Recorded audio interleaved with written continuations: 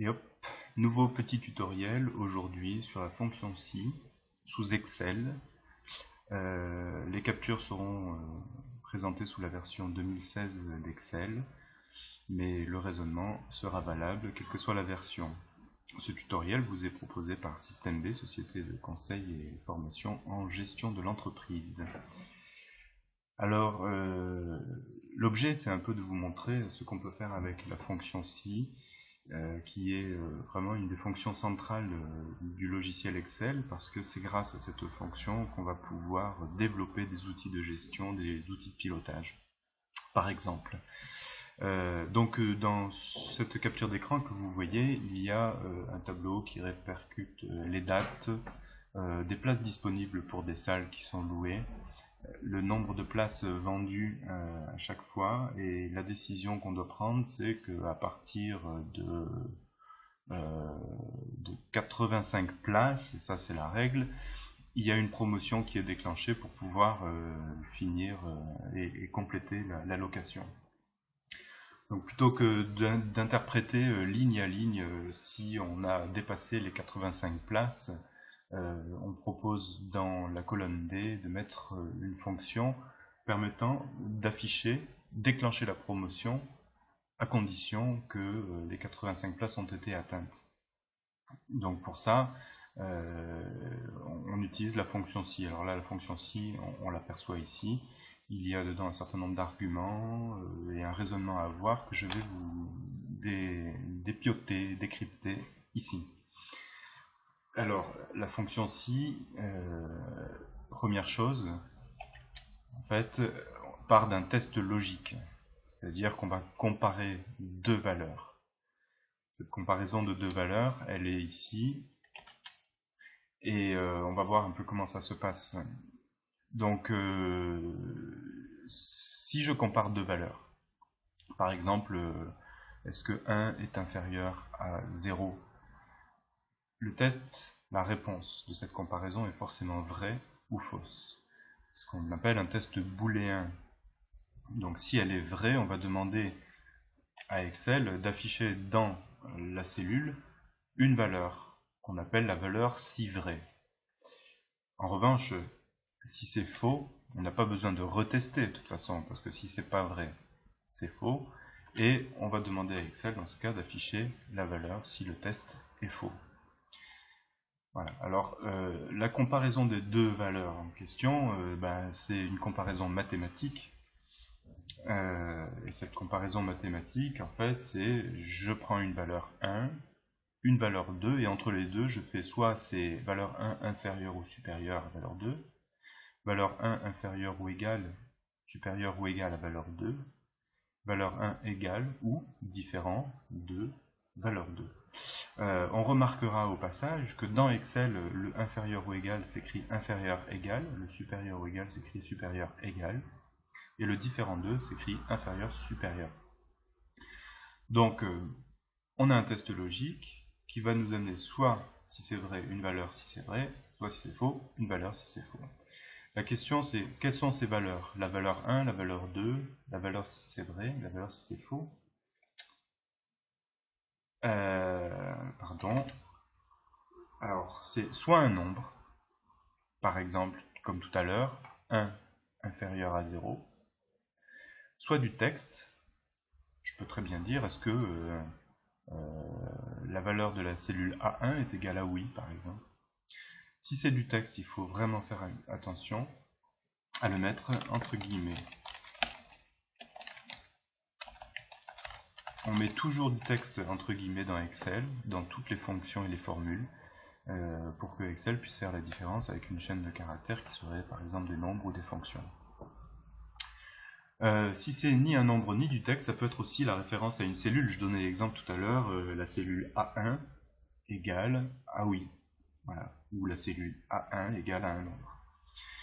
Ou encore, et c'est là où toute la richesse en fait d'Excel va se développer, on peut avoir le résultat d'une formule. C'est-à-dire que je peux comparer deux formule en disant si le résultat de la formule 1 est inférieur au résultat de la formule 2, alors faire ceci ou sinon faire cela. Et donc c'est là où effectivement on va pouvoir développer une série infinie en fait de possibilités. Alors ça c'est la théorie.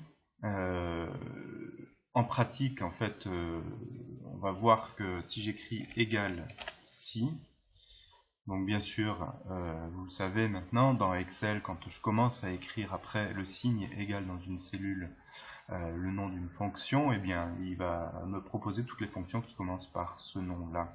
Donc là en l'occurrence j'ouvre la parenthèse directement, on voit que il me demande un test logique, ensuite il me demande d'exprimer après le point virgule la valeur si c'est vrai, et après le point virgule suivant la valeur si c'est faux.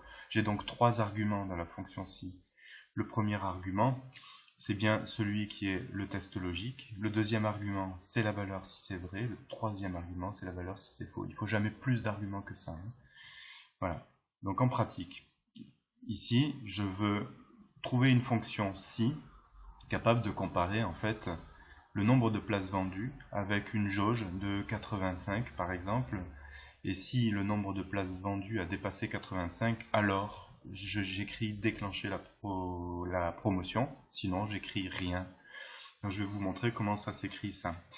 Égal si, vous remarquerez au passage que j'écris si en minuscule, mais Excel de toute façon corrigera et mettra ça en majuscule, donc on ne se préoccupe pas de minuscule, majuscule. Mon test logique, c'est je me pose la question si le nombre de places vendues est supérieur ou égal à 85. Dans ce cas-là, je dis alors. Alors, c'est un peu la valeur de mon premier point virgule. Si C2 est supérieur ou égal à 85, alors j'écris déclencher promotion. Et sinon, attendez 2 secondes, je vérifie quelque chose. Alors, c'est bon. Bon, je reprends. Égal si le nombre de places vendues supérieur ou égal à 85, alors je disais déclencher la promotion, sinon rien. Alors rien c'est soit 0, mais 0 le problème c'est qu'il va m'écrire 0 dans la cellule, soit une cellule vide, c'est-à-dire du texte sans texte. Autrement dit, 2 guillemets, parce que les guillemets expriment que je vais rentrer du texte, mais si je mets rien entre les guillemets, évidemment, il va me renvoyer une cellule vide.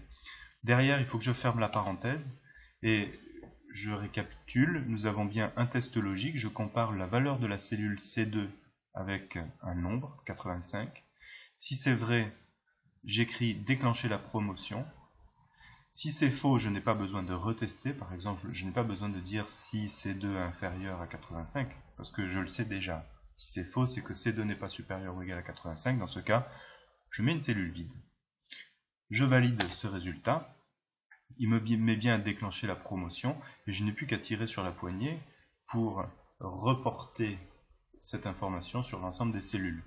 Donc ici je suis à 84, si je vends 2 places, je passe à 86, excusez-moi, et il me met déclencher la promotion. Donc du coup c'est gagné, j'ai en fait Excel qui va me mettre en avant en fait un certain nombre de valeurs,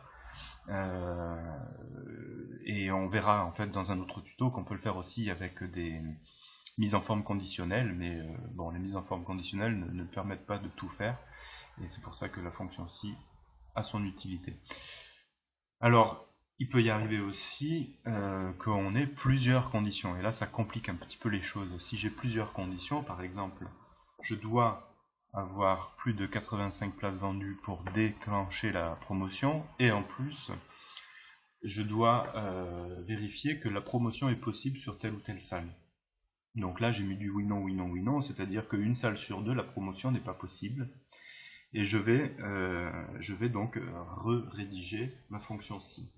Donc le raisonnement, il va être un peu plus compliqué. Je vais dire si le nombre de places vendues est supérieur ou égal à 85. C'est le même test que tout à l'heure. Alors, qu'est-ce qui se passe? Eh bien, je ne sais pas encore si je vais pouvoir déclencher une promotion. Pourquoi? Parce que il faut aussi que je vérifie que la cellule D2 soit égale à oui. Parce que si la cellule D2 est égale à oui et la cellule C2 supérieure ou égale à 85, dans ce cas je peux déclencher une promotion. Sinon, c'est mort, je ne déclenche pas la promotion. Donc je vais être obligé, dans ma condition, si c'est vrai ici, C2 supérieur ou égal à 85, si c'est vrai, alors je vais vérifier aussi que D2 est égal à oui.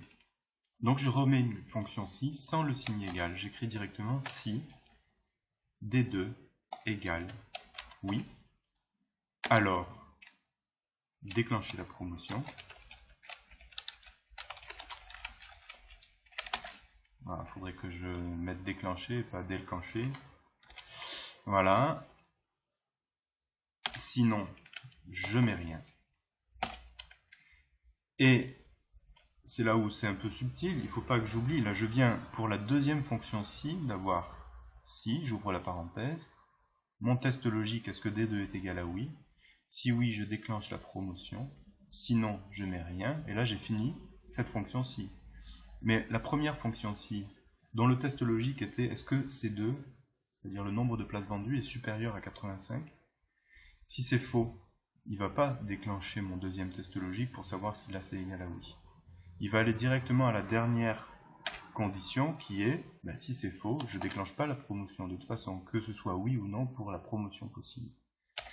Voilà, il ne faut pas oublier donc, pour chaque fonction si qu'on va rentrer, même si on imbrique plusieurs fonctions si les unes dans les autres, il ne faut pas oublier de mettre à chaque fois toutes les conditions. Je valide et je tire ma fonction, et là il me dit déclencher la promotion, sauf pour lui par exemple, je suis à 85 places vendues, mais la promotion n'est pas possible. Si je mets que la promotion est possible, il va me dire déclencher la promotion. Si je reviens à 80 places, il va dire qu'on ne peut pas déclencher encore la promotion. Et donc du coup, je peux comme ça avoir de multiples critères pour finalement, au bout du compte, avoir une décision qui s'affiche. Petit moyen mnémotechnique en tout cas, pour vérifier, sachez que si vous avez, ici j'ai deux conditions possibles, enfin j'ai deux conditions possibles.